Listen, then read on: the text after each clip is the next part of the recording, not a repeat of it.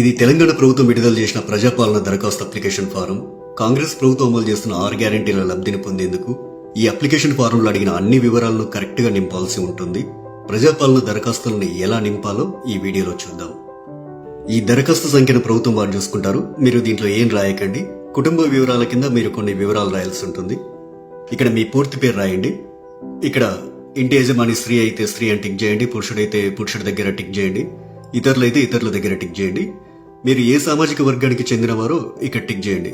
SC అయితే SC దగ్గర, ST అయితే ఎస్టీ దగ్గర, బీసీ అయితే బీసీ దగ్గర, మైనార్టీ అయితే మైనార్టీ దగ్గర టిక్ చేయండి. ఎస్సీ ఎస్టీ బీసీ మైనార్టీ కాని వారు ఇతరుల దగ్గర టిక్ చేయండి. ఇక్కడ వారి పుట్టిన తేదీ, పుట్టిన నెల, సంవత్సరం వరుసగా ఇవ్వండి. 12 అంకెల ఆధార్ కార్డ్ నెంబర్ ఇందులో ఫిల్ చేయండి. ఇక్కడ రేషన్ కార్డ్ నెంబర్ రాయండి. ఇక్కడ మీ మొబైల్ నెంబర్ రాయండి. వృత్తి దగ్గర మీరు చేసే వృత్తిని రాయండి. ఇక్కడ మీ కుటుంబ సభ్యుల పేర్లు, వారి వివరాలు తెలపాలి. ఇక్కడ పేరు, అతను గాని ఆమె గాని మీకేమవుతారో, తల్లి అయితే తల్లి అని, భార్య అయితే భార్య అని, కొడుకు అయితే కొడుకు అని, కూతురు అయితే కూతురు అని నింపండి. వారు స్త్రీ అయితే స్త్రీ అని, మగవారైతే పురుషుడని. ఇక్కడ వారి పుట్టిన తేదీ, పుట్టిన నెల, సంవత్సరం వరుసగా ఇవ్వండి. ఇక్కడ వారి ఆధార్ కార్డ్ నెంబర్ రాయండి. ఇలా మీ ఇంట్లో ఎంతమంది ఉంటే అంతమంది పేర్లు రాయండి. ఇక్కడ ఇక 2వ పేజీలో ఏం రాయాలో చూద్దాం. 10వ నెంబర్ దగ్గర మీ చిరునామా రాయండి.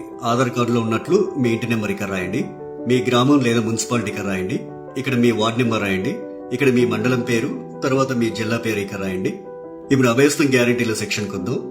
గ్యారంటీల పథకాలు లబ్ధి పొందేందుకు మీరు ఏం చేయాలి, మీరు ఏ వివరాలు ఇక్కడ రాయాల్సి ఉంటుందనేది చూద్దాం. ఇక్కడ కావలసిన పథకాల లబ్ధి కొరకు మీరు టిక్ మార్క్ చేయాల్సి ఉంటుంది. మహాలక్ష్మి పథకంలో భాగంగా ఇక్కడ 2 పథకాలు ఉన్నాయి.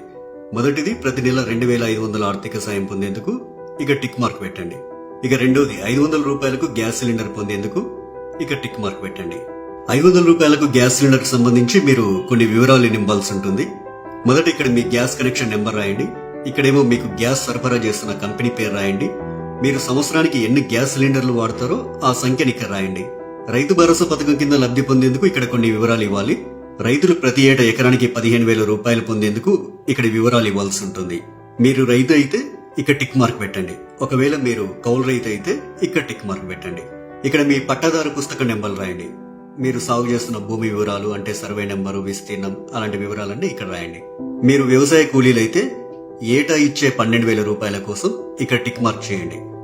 ఇక్కడ మీ ఉపాధి హామీ కార్డ్ నెంబర్ రాయండి.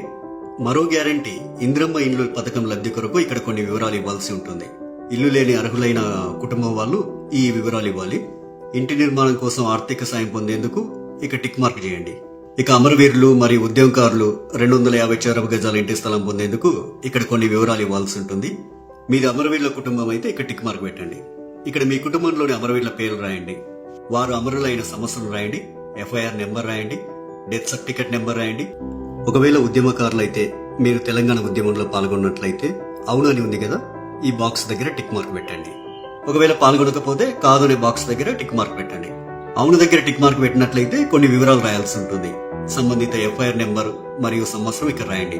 ఒకవేళ జైలుకు వెళ్లి ఉంటే ఆ వివరాలు ఇక్కడ రాయండి. ఇక్కడ జైలు పేరు రాయండి. ఇక్కడ స్థలం పేరు రాయండి. ఇక్కడ మీరు అనుభవించిన శిక్షా కాలం అంటే ఎన్ని రోజులు, ఎంత కాలం అనేది ఇక్కడ రాయండి. తరువాత గృహజ్యోతి పథకం.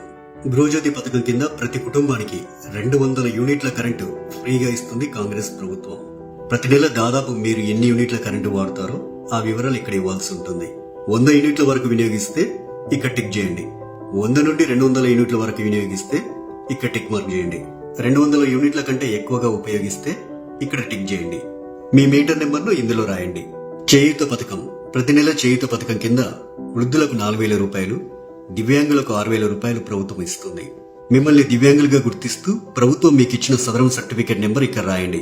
మిగతా వారు వృద్ధులైతే ఇక్కడ, గీతా కార్మికులైతే ఇక్కడ, డయాలిసిస్ బాధితులైతే ఇక్కడ, బీడీ కార్మికుల జీవన భృతి పొందే వాళ్ళైతే ఇక్కడ, ఒంటరి మహిళా జీవన భృతి పొందాలనుకునే వారు ఇక్కడ, వితంతు పెన్షన్ కోసం ఇక్కడ టిక్ మార్క్ చేయండి. చేనేత కార్మికులైతే ఇక్కడ టిక్ మార్క్ చేయండి. ఎయిడ్స్ వ్యాధిగ్రస్తులైతే ఇక్కడ టిక్ మార్క్ చేయండి. పైలేరియా బాధితులు ఇక్కడ టిక్ మార్క్ చేయండి. బీడీ టేకేదర్ జీవన భృతి వాళ్ళు ఇక్కడ టిక్ మార్క్ చేయండి. ఈ అప్లికేషన్ ఫామ్ కు మీ ఆధార్ కార్డ్ జిరాక్స్, తెల్ల రేషన్ కార్డ్ జిరాక్స్ కాపీని జత చేయాల్సి ఉంటుంది. ఇక్కడ మీ సంతకం, ఇక్కడ మీరు అప్లికేషన్ ఇచ్చిన తేదీ రాయండి.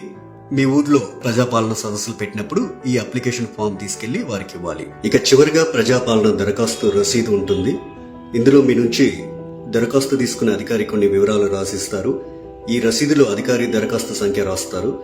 అభయస్మన్ గ్యారెంటీలకు సంబంధించి టిక్ మార్క్ చేస్తారు. తదితర వివరాలన్నీ కూడా రాస్తారు. చివరగా అధికారి తన సంతకం చేసి మీకు రసీదునిస్తారు.